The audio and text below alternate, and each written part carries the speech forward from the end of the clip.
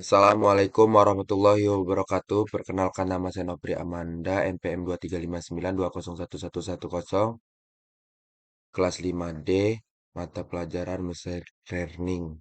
Di sini saya akan menjelaskan tugas dari Pak Hartono. Di sini dengan judul prediksi COVID-19. Di sini ada data. Di sini kita lanjut ke netbook editornya. Di sini satu definisi masalah.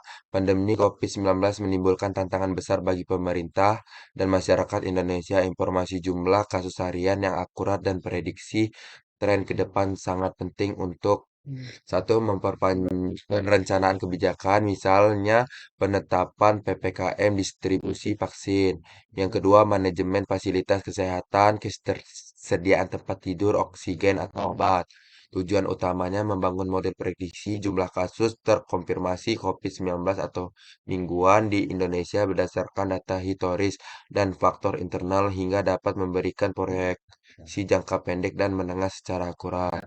Dua, data yang digunakan, jenis yang relevan, data epidemiologis, jumlah kasus harian positif, sembuh, meninggal, tingkat vaksinasi, tingkat testing, PCR interaction, data mobilitas, mobilitas penduduk dari Google, mobilitas respon, data kebijakan pemerintah level PPKM, jadwal vaksinasi massal, data cuaca lingkungan, ofisial suhu, kelembapan, data demokratis, kepadatan penduduk per provinsi atau kabupaten, sumber data Kementerian Kesehatan RI, data resmi harian, Satgas COVID-19, WHO, Outward in Data, Google Mobility, fitur Postgres yang dievaluasi.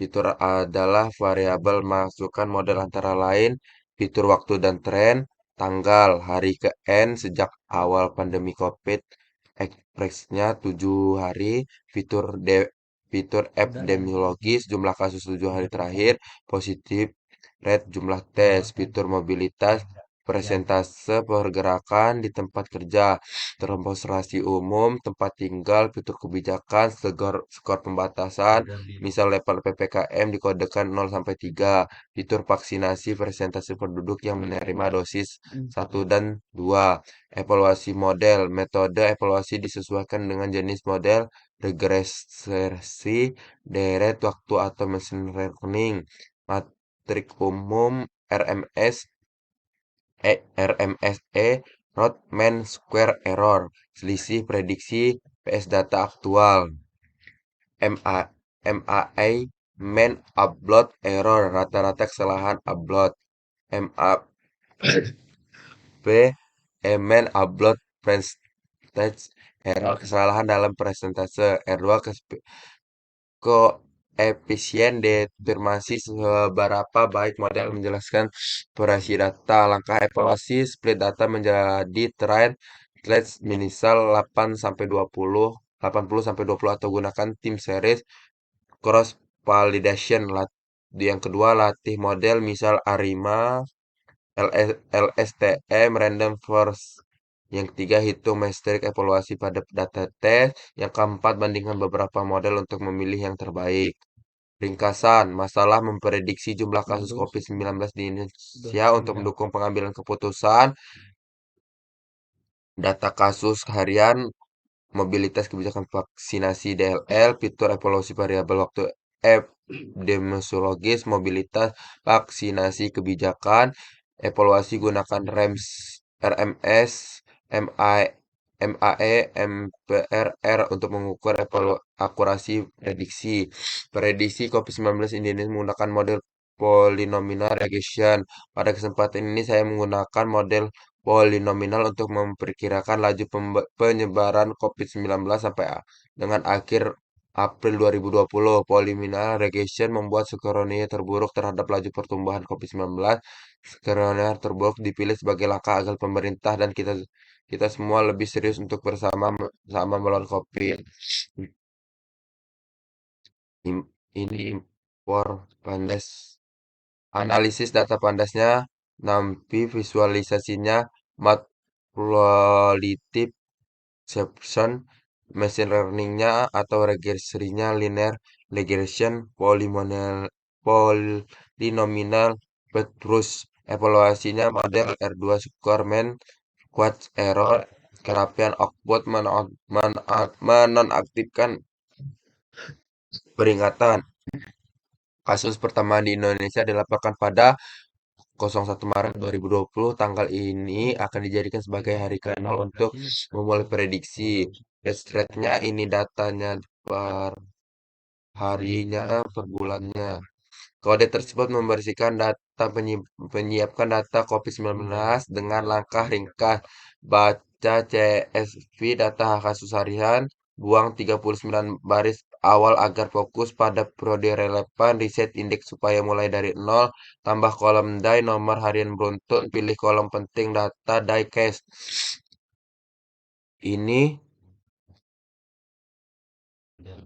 data diagramnya PLT titik plot DF DF die koma DF case koma marker sama dengan nol, menggambarkan grafik garis menggunakan matplotlib DF die sumbu X nomor hari sejak awal data, DF case sumbu Y jumlah kasus, nah marker sama dengan nol, menambahkan titik lingkaran di setiap data agar terlihat jelas posisi datanya. PLT Saw menampilkan grafik yang sudah dibuat. Kesimpulan grafik kurva menunjukkan jumlah kasus peningkatan pesat seiring waktu. Pola pertumbuhan kecenderungan eksposional pada periode yang ditampilkan. Ini Build model polinominal model polinomial polinominal ini menggunakan 5 drive. Ini NRP-nya, linearnya, ini datanya. Kode ini membangun Kodenya ini ya, kode ini membangun model polynomial regression dengan linear regression lalu menghasilkan perkiraan jumlah kasus COVID-19 untuk setiap hari dalam data. Ini skor, ini datanya, ini scatter-nya, ini grafiknya, ini titik biru menunjukkan data kasus hasil, sedangkan garis kuning adalah hasil prediksi model polinomial. Garis kuning yang menempel rapi pada titik-titik biru menandakan model cocok fit dengan data-data dan mampu menggambarkan pola kenaikan kasus secara akurat. Dan ini prediksi sampai akhir bulan April 2020. Ini data range-nya, ini prediksi data frame, ini data rate-nya nih. Ini diagramnya diperkirakan sampai akhir April 2020, kasus COVID-19 di Indonesia bisa mencapai 25.000 lebih kasus. Tentu laju pertumbuhan kasus ini sangat dipengaruhi oleh kebijakan pemerintah dan beberapa disiplin kita untuk bersama-sama menekan laju pertumbuhan COVID-19 ini. Semoga kebijakan pemerintah dapat efektif menahan laju kasus COVID-19 dan laju pertumbuhan kasus COVID-19 bisa di bawah angka prediksi. Kesimpulan akhir, persiapan data kasus COVID-19 di Indonesia dibaca dibersihkan mengambil baris sejak 1 Maret 2020, diberikan kolom die urutan hari dan hanya menyimpan kolom penting date, die, dan case. Eksplorasi awal plot awal menunjukkan kenaikan jumlah kasus yang makin cepat. Kurva tidak linear tetapi melengkung ke atas menandakan pertumbuhan eksposional. Pemodelan digunakan polynomial regression, linear regression, plus polynomial virtuous untuk menangkap pola kenaikan eksponensial. Model dipit pada data DFS case dan menghasilkan prediksi case spread yang sangat mendekati data aktual ditunjukkan oleh garis prediksi kuning pada grafik.